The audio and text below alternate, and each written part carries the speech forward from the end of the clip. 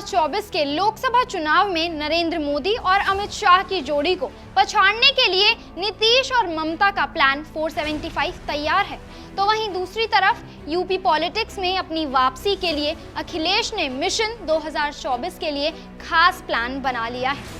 अब प्लान 475 के बारे में तो हम आपको सब बता ही चुके हैं, और अगर आप इसके बारे में नहीं जानते हैं तो हमारे चैनल पे अपलोड हुई उस वीडियो को जरूर देखें। और आज इस वीडियो में हम आपको बताएंगे अखिलेश के मिशन 2024 के बारे में। लेकिन उससे पहले आप सभी से एक गुजारिश है कि अगर आप हमारे चैनल पर नए हैं तो इसे जल्दी से सब्सक्राइब कर दीजिए और साथ ही बेल आइकन को भी प्रेस कर दीजिए ताकि कोई भी इम्पोर्टेंट अपडेट आपसे छूट ना पाए।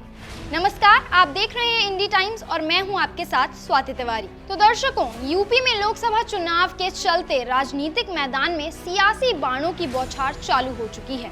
इसी कड़ी में अखिलेश यादव ने अपना वोट बैंक बढ़वाने के लिए क्या कुछ कहा, सुनिए।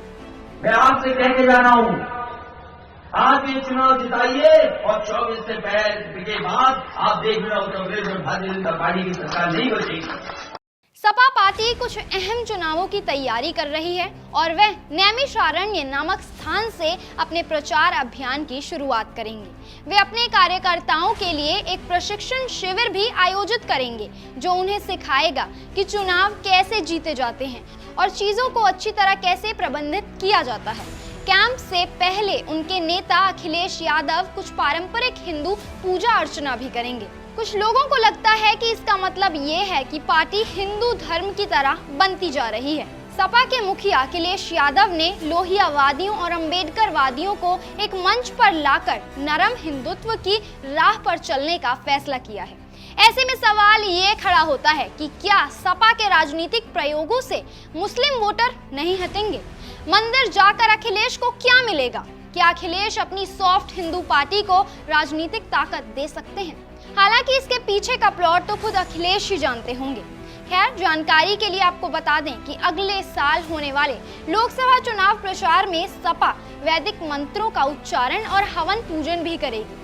सपा ने इसके लिए नैमिषारण्य को चुना है, जहां वह 9-10 जून को 2 दिवसीय कार्यकर्ता प्रशिक्षण शिविर लगाएगी। कैंप में पार्टी की रणनीति से लेकर चुनाव जीतने तक सब कुछ सिखाया जाएगा। प्रशासनिक मंत्र में मतदाता सूची सत्यापन, मतदाताओं को बूथों तक लाना भी शामिल है। पार्टी ने पूर्व विधायक रामपाल यादव को कार्यक्रम का संयोजक नियुक्त किया है। आपको बता दें कि नैमिष धाम का पवित्र स्थान 330 करोड़ देवताओं का निवास माना जाता है और इसे 88,000 संतों के निवास के रूप में भी जाना जाता है। ऐसे में समाजवादी पार्टी 2024 में नैमिष की तपोभूमि से अपने मिशन की शुरुआत करेगी।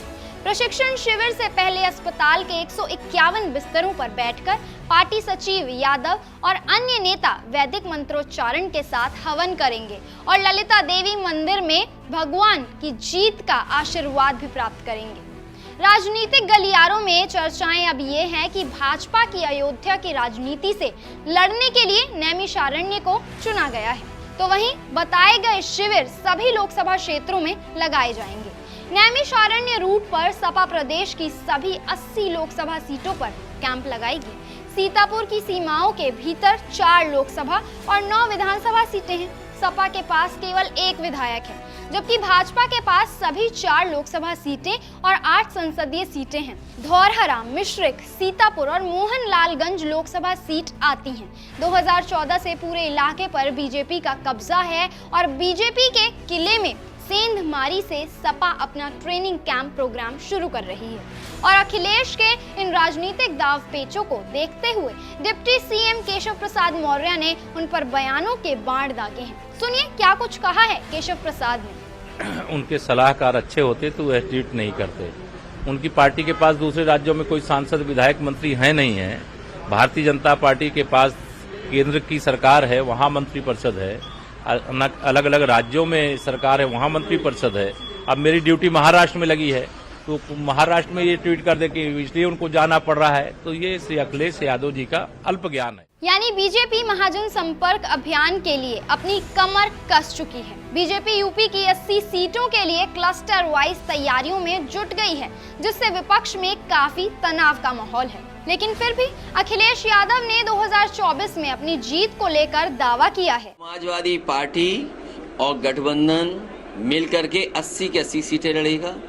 अभी भारतीय जनता पार्टी ने जो हार देखी है, मैनपुरी में जो हार हुई है, वो अभी तक आकलन नहीं कर पाए कि इतना बुरा क्यों हारे। और बुरा इसलिए हारे कि महंगाई का इनके पास जवाब नहीं है, बेरोजगारी का जवाब इनके पास नहीं है, किसान की आय दोगुनी का जवाब नहीं है, और जो सुविधाएं जनता को मिलनी चाहिए, चाहे स्वास्थ्य की हो चाहे अन्य विभाग की, वो कोई सेवा नहीं देती। जिसके बाद जवाब में यूपी के डिप्टी सीएम ब्रजेश पाठक ने कटाक्ष करते हुए क्या कहा, आप भी सुनिए।